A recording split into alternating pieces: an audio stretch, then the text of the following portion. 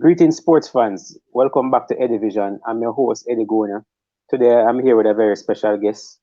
He's the CEO of the Professional Football Jamaica Limited, PFJL, Mr. Owen Hill. Owen, how are you doing, man? Boy, give thanks. I'm happy to be on this program. I know that you have a very, very good and wide fan base, and it keeps growing. So the numbers are fantastic, if you ask me. And I'm just happy to be here with you. Glad to have you. Now, the PFJL has received or secured $10 million in terms of club sponsorship from JN Money Services Limited for the JPL season that is slated to begin October 23rd. As a part of the sponsorship agreement, Owen Hill, JN Money Services Territory Manager, will be on secondment to the PFJL in the role of CEO for 2 seasons. As CEO, Hill will take on the day-to-day operations of all leagues and competitions and drive its commercial viability.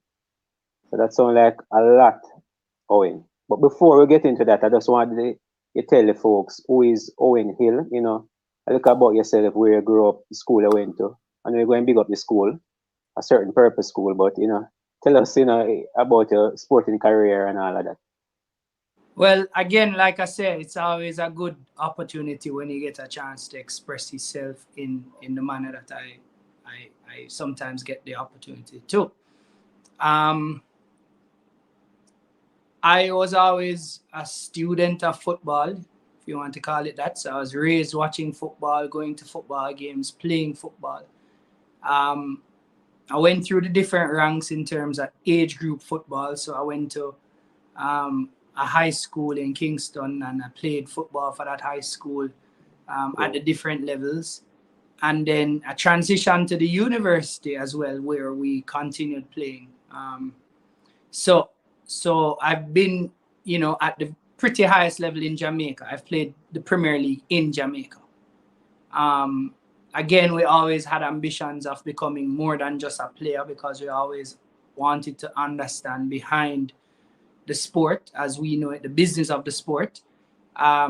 So while I was playing, I took the opportunity to ensure that I got the requisite certifications that are necessary now, especially given the role that I have at the PFJL.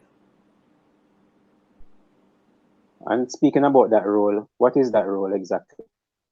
So it's to ensure the continuation of an overall strategy that was crafted 2 years ago, to create a better day-to-day operational unit that executes on that strategy, and to increase the overall commercial viability for the entity called Professional Football Jamaica Limited. And how do you think you're going to get that done? Well, especially the commercial side of things, because we always shop for cash. Well, cash is a function of many things. I like to say it's really a conduit, Firstly, it's a tough job ahead, but that's what I'm excited for, the fact that it's a tough job. If it was easy, then I would say everybody would have been doing it. But I'm happy that I'm now given the responsibility to help drive that process. And I think I have solid enough stakeholder management at the highest level to assure a better outcome.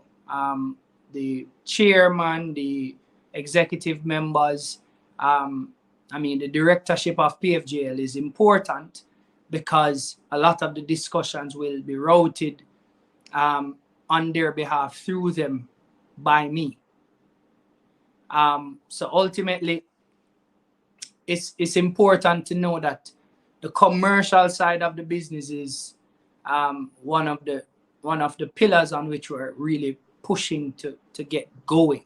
We've done better. The numbers are showing that there's an increase in sponsorship revenues over the last 3 years. And the idea is to keep that number increasing, because you want to have partners understand that there's a product or multiple products within Jamaica and we're packaging it better than it would have normally been packaged over the years, and we're pushing that limit a little further. Your appointment was said to be a strategic move to strengthen the administrative arm of football. How so?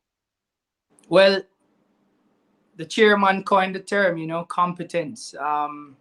He actually, he was the one who said that,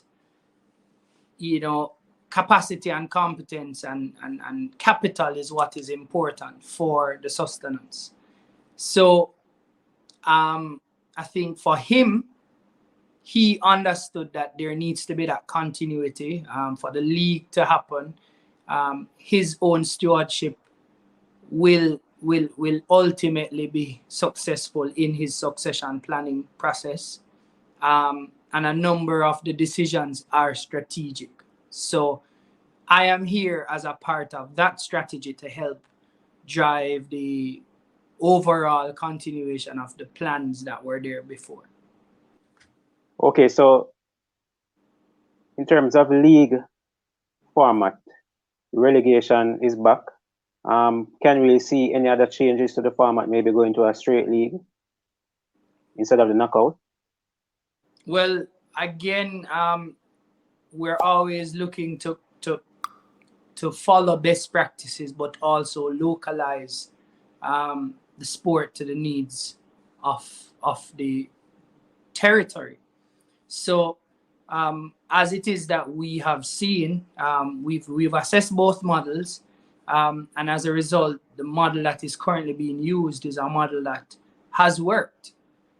So the idea is to keep strengthening that. So there's still the same format where you try to get to the top 6, and then there is a playoff round that gets you to an ultimate winner. In terms of the look and the aesthetics, will we be having teams playing at the same venues, or everybody will be allowed to play at their home venue? Well, we always try to provide opportunities for the clubs to earn. So we are mindful of that. So we understand that having centralized venues help with the overall viability of the product. The fact that from a commercial standpoint, you're better able to broadcast at these venues because they have the capabilities. From a player perspective, they play better because the surfaces are better. And from an overall fan experience, people will want to come and support the game when they're in a better space, football space. If it's safe, it is comfortable enough for viewing. If they get the right kind of security measures in place, they feel okay showing up at these venues. So the model that we're employing is similar to what was done last year, where we would market and package a lot of the games and commercializing that opportunity. So having centralized venues is a major part of that strategy. Okay, good stuff. It seems as if you were handpicked by somebody proven, in Chris Williams. But what are you going to bring to the table as a new CEO? Well, I'm not certain how to answer the initial part of the question that says I was handpicked. I mean, you could call that, divine intervention, but the process was followed. There was due process. I had an interview. So I did the regular. Yeah, man. Necessary to get to the role. And I think that distinction must be made because like everybody else, I come to the table with a clean slate, and I am willing to put my own professional energy behind something like this. Really, that's what happened. So I think that alignment was key. And I respect Mr. Williams a whole lot. And I think there's much to learn from the entire directorship at the PFJL so that we can help everybody. So in terms of my own plans, it really is just a continuation of the overall strategy. There has been a strategy, it has worked, and there's a building on it. And if you're familiar with any kind of corporate analogies, most strategies are crafted over 3 to 5 years. So there's a curve at which we're going through where we're getting to the point where efficiencies can be had, because we had to be educating and building on what is possible. So for the last 2 seasons, we have shown that, and now we're in the 3rd season where we're looking to step it up a notch. So not only will be the JPL on show, we'll have other initiatives that drive the overall visibility of the league. It gives the players additional opportunities to showcase their own talent, and it gives the fans an experience which can be different from week to week. So we're looking to have a knockout tournament running concurrently with the JPL season. So that's something that is exciting, that I'm sure many of the footballers and football lovers will want to see, because we're looking to package this in an extraordinary way. And that would and there are include other just special. Go ahead. that would include just the JPL teams. That No, competition? we're pushing to have 24 teams in this competition. So the tier 2 teams will be Okay. engaged to give the kind of buzz and energy that is required, but also aligning with the mandate that you want to ensure football is being played in different parts of the country. You're trying to grow the sport that way. So we're engaging those tier 2 teams as well as the Premier League teams. All right, that's good news. How important is good admin? Because we see the JFF struggling in the past, but you're a major part of admin now. How important is admin? It's extremely important. I mean, it's an overall ecosystem. Different entities have different strengths, but I'm certain that one of the pillars on which any entity stands is its management, its administration, its leadership. So it's very important. It's a no-brainer to ensure that you're following good governance practices, to ensure that you are compliant, to ensure that you are efficient, to ensure that there's growth, to ensure that the human resources are comfortable and they're also feeling like they're a part of the vision. So all of these elements is a part of what is considered administration. It's not just signing documents and cutting deals. It's seeking the welfare of the players who are a part of the sport.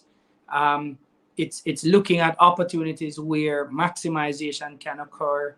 So it's a broad enough scope that many things can and should be considered in. Okay. What can fans expect for the new 2022-23 season? High octane, high energy football being played in some fantastic venues. You'll get an opportunity to purchase. So merchandising is going to be a part of this process. And I'm certain that you're going to love the kits that are on show. You will be probably purchasing more than one, because it's going to feel like you can wear this, go to any party, any event, any social activity, and you'll have access to it. So you can expect an exciting league, and we'll find ways to spice it up in different weeks, match weeks. And we're looking to build out the product in other ways. So the league is augmented by some other special initiatives that you can look forward to. The player is going to be a big part of our push. Our strategy is really centered around putting the players at the heart of the sport. And by extension, you will see a lot of the engagement being around the players that we have. You want to say anything else that didn't bring up? I don't know. I was just saying that our first event is October 17th. I mean, everybody should be at the Tony Spalding Sports Complex. That's Heroes Day. The first initiative that we're pushing is an El Clasico. It's between Waterhouse and Arnett Gardens. It's gonna be exhilarating, if you ask me, because this is a precursor to the league. So we're pulling out all the stops to get a nice bang going into what the new season looks like. And I think, you know, just look out. I mean, we have some significant things in the making. And once they're signed over, then you'll definitely hear about them for sure. All right, we want to thank Mr. Owen Hill, CEO of PFJL. So Jamaican fans, football fans, let me know what you guys thought about this interview. And always remember, like, share, and subscribe. It's a free way to support the channel, you know. We're growing. If you like the content, just hit that like button and subscribe for more content. It's simple as that. All right, folks, I'm out.